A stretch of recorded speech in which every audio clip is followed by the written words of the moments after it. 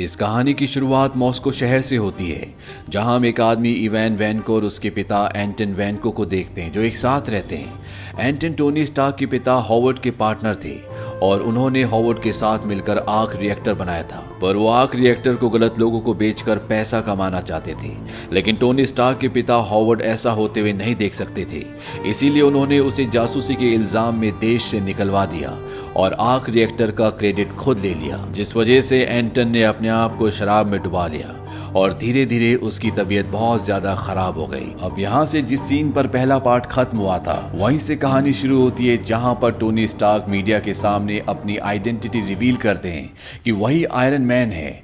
इस न्यूज को एंटन अपने बेटे इवान के साथ टीवी पर देख रहे होते हैं और इस बात को जानकर एंटन को काफी गहरा दुख पहुंचता है, क्योंकि जो आर्क रिएक्टर उसने टोनी स्टार्क के पिता हॉवर्ड के साथ मिलकर बनाया था, उसका पूरा क्रेडिट आज स्टार्क कंपनी के पास है और वो खुद यहाँ पर लाचारों की जिंदगी जी रहे हैं। इस सदमे से उन्हें हार्ट अटैक हो जाता और उनकी मृत्यु हो जाती है और अब उसका बेटा इवान एक मिनिएचर आग बनाता है जिसका नाम वो विप्लैश रखता है और ये आर्क रिएक्टर की तरह ही सूट को पावर दे सकता है। धीरे धीरे वक्त बीतता है और 6 महीने गुजर जाते हैं। टोनी स्टार्क अब अपने नए आयरन मैन सूट मार्क 4 के साथ बहुत ज्यादा फेमस हो गया, क्योंकि उसने कई लोगों की जान भी बचाई है, इसीलिए अब लोग उसे आयरन मैन के नाम से जानते हैं। हालांकि गवर्नमेंट अब भी उसके सूट को एक गलत हथियार मानती है और उसे आर्मी को सौंपने के लिए कहती है, पर वो अपनी टेक्नोलॉजी किसी को नहीं बेचना चाहता। पर यहाँ पर टोनी स्टार्क की जिंदगी में एक नई प्रॉब्लम खड़ी हो जाती है।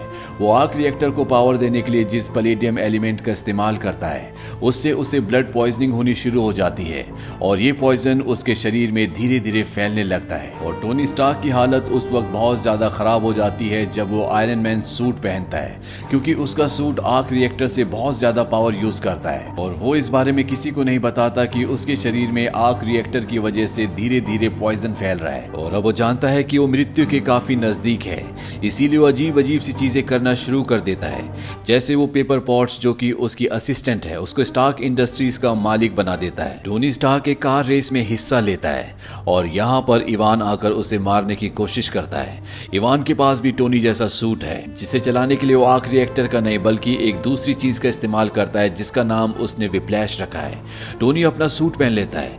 यहाँ पर टोनी यानी कि आयरन मैन और इवान, जिसके पिता टोनी स्टार्क के पिता के साथ काम करते थे, जिन दोनों ने मिलकर आर्क रिएक्टर बनाया था, इन दोनों के बीच में एक घमासान युद्ध होता है। लेकिन आयरन मैन इवान को हरा देता और उसे अरेस्ट करवा देता है। जब टोनी स्टार्क को इवान की असलियत का पता चलता है कि वो कौन है, तो वो उससे मिलने जेल में जाता है, क्योंकि टोनी स्टार्क ने उसे हराया है। इसीलिए उसे पता है कि उसकी विप्लैश में, जो कि उसके सूट को पावर देता है, उसमें क्या क्या कमियां हैं। वो उसे उसकी सारी कमियां बता देता और साथ ही साथ ये भी बताता है कि उन कमियों को कैसे ठीक किया जा सकता है। टोनी स्टार्क के यहाँ से जाने के बाद उसके बिजनेस का सबसे बड़ा कंपेटिटर, जिसका नाम जस्टिन हैमर है, वो जेल में इवान से मिलने के लिए आता है, क्योंकि वो भी उसी तरीके के सूट बनाना चाहता है जिस तरह का सूट टोनी के पास है।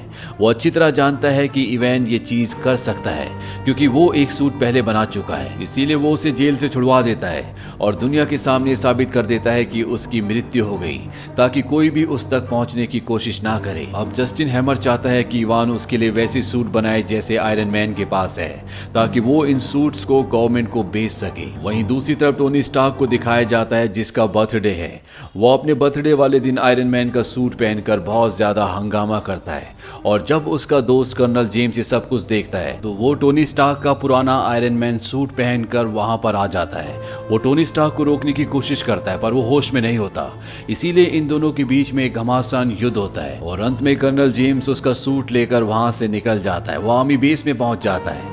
हालांकि टोनी स्टार्क का सूट कोई नहीं पहन सकता, पर उसने अपने सूट को अपने दोस्त कर्नल जेम्स के लिए अनलॉक कर दिया होता है, क्योंकि वो जानता है कि वो धीरे धीरे मर रहा है। इसीलिए वो चाहता है कि उसकी मौत के बाद कर्नल जेम्स इस सूट का इस्तेमाल मानवता की भलाई के लिए करे। अब क्योंकि टोनी स्टार्क का सूट गवर्नमेंट के पास है, इसीलिए वो इस सूट को अपग्रेड कर देते हैं और इस सूट का नया नाम रखा जाता है और ये नाम होता है वॉर मशीन आर्मर। वहीं निक फ्यूरी जो शील्ड का डायरेक्टर है वो टोनी से मिलने आता है और वो उसे उसकी असिस्टेंट नताशा के बारे में बताता है कि वो केवल असिस्टेंट नहीं बल्कि एक जासूस भी है और उसी ने उसे टोनी पर नजर रखने के लिए भेजा था। निक टोनी से कहता है कि उसके शरीर में पैलेडियम से जो जहर फैल रहा है वो उसे उससे बचाना चाहता है और निक उसे ये भी बताता है कि उसके डैड शील्ड के फाउंडिंग मेंबर थे। निक टोनी स्टार्क के पिता हॉवर्ड का एक सूटकेस उसे देता है और कहता है कि तुम्हें अपनी प्रॉब्लम का हल इसमें मिल जाएगा।